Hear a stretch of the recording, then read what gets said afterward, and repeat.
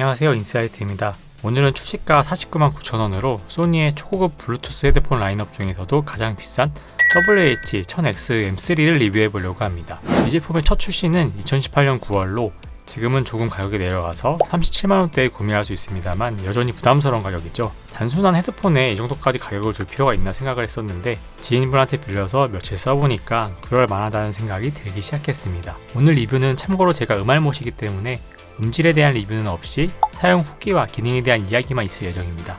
먼저 외관부터 살펴보죠. 이 제품은 골드랑 블랙으로 나왔는데 이 제품은 골드색입니다. 실버색에 약간 누런색이 들어가 있는 색이라고 보시면 될 것 같아요. 그리고 외관은 고급스러운 인조 가죽으로 마감이 되어 있습니다. 이렇게 접어서 보관할 수 있도록 힌지 구조로 되어 있고요. 이렇게 보관을 할 수가 있습니다. 딱 들어가죠. 공식 구성품에는 이 케이스 외에도 충전을 위한 USB-C 단자 케이블이 있고 그리고 aux 케이블도 있어요.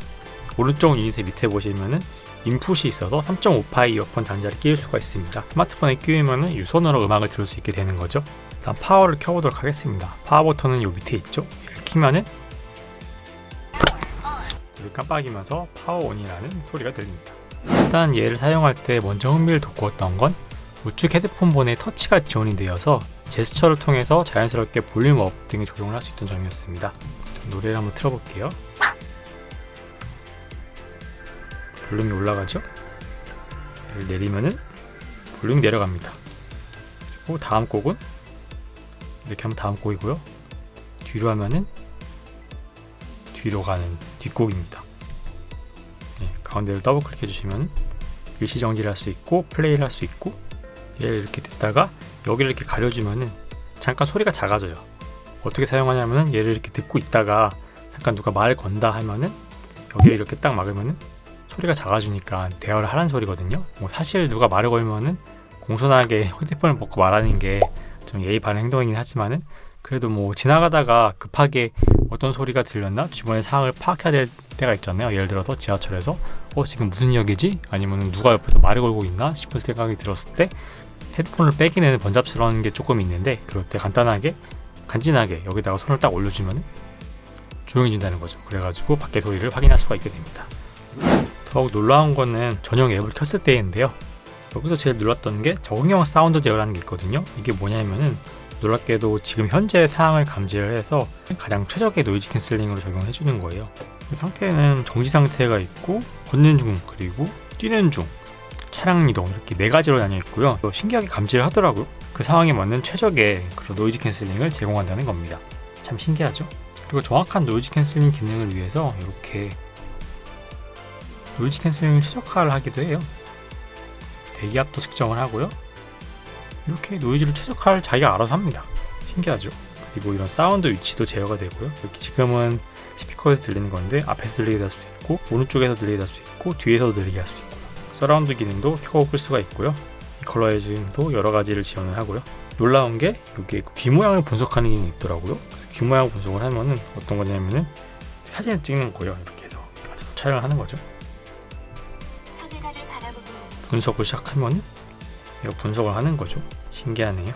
블루투스 연결을 음질 우선으로 할 수도 있고 그리고 안정적인 연결 우선으로도 조정할 수가 있거든요. 일단은 근데 제가 음질 우선으로 하고 1시간 정도 지하철을 타고 출근을 하는데 끊김 현상은 없었습니다. 굳이 안정적인 연결을 안 하더라도 꽤 안정적인 것 같아요.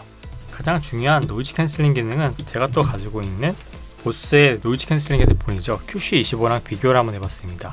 소니에서는 더 좋은 프로세서를 써서 더 많은 잡음들을 걸러준다는 설명을 붙여놓았는데요. 실제로 QC25가 걸러주지 못하는 소리들을 얘는 걸러주는 걸로 확인할 수 있었습니다. 예를 들어서 뭔가 톤이 높은 말소리나 이런 톤들은 얘는 거의 걸러주지 못했었는데 소니의 QC25 같은 경우는 상당히 많이 걸러주는 걸 확인할 수 있었습니다.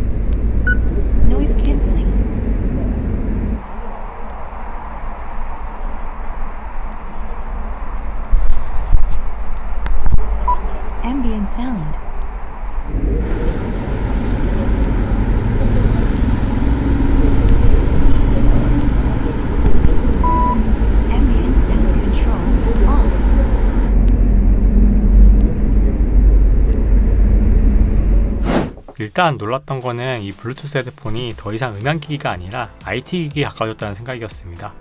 많은 편의 기능들이 구현이 되어서 더욱 사용자가 원하는 대로 사용할 수 있게 되었네요.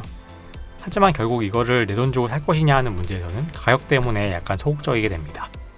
음질이 중요하다면 그 돈으로 더 좋고 저렴한 유선 헤드폰을 쓰는 게 낫고, 편의성이 중요하다면 비슷한 가격대에 작고 편리한 에어팟 프로를 살 것 같네요. 이건 사실 블루투스 헤드폰의 공통적인 문제이긴 한데 큰 유닛 때문에 휴대성이 치명적이라는 겁니다.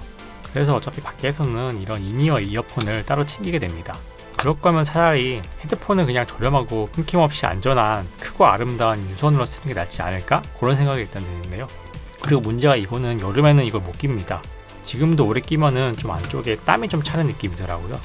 이런 여러가지 점이 있어가지고 1년 내내 365일 쓰기에는 여러모로 어려운 기기라서 이렇게 기존에 블루투스 이어폰을 하나 가지고 계신 분들, 이 추가로 구매를 하실 때 그때서야 추천드릴 수 있을 만한 기기일 것 같습니다. 정리하자면은 한 분야에서 극한까지 뽑아낸 스펙이지만 대중성은 약간 부족해서 뭔가 이걸 바라는 특별한 일부들한테만 어필할 수 있는 기기라고 말할 수 있을 것 같습니다. 알아보고 보니까 딱 소니 브랜드의 특징인 것 같네요. 그럼 오늘 영상은 여기까지 하겠습니다. 오늘도 시청해주신 여러분들 감사드립니다.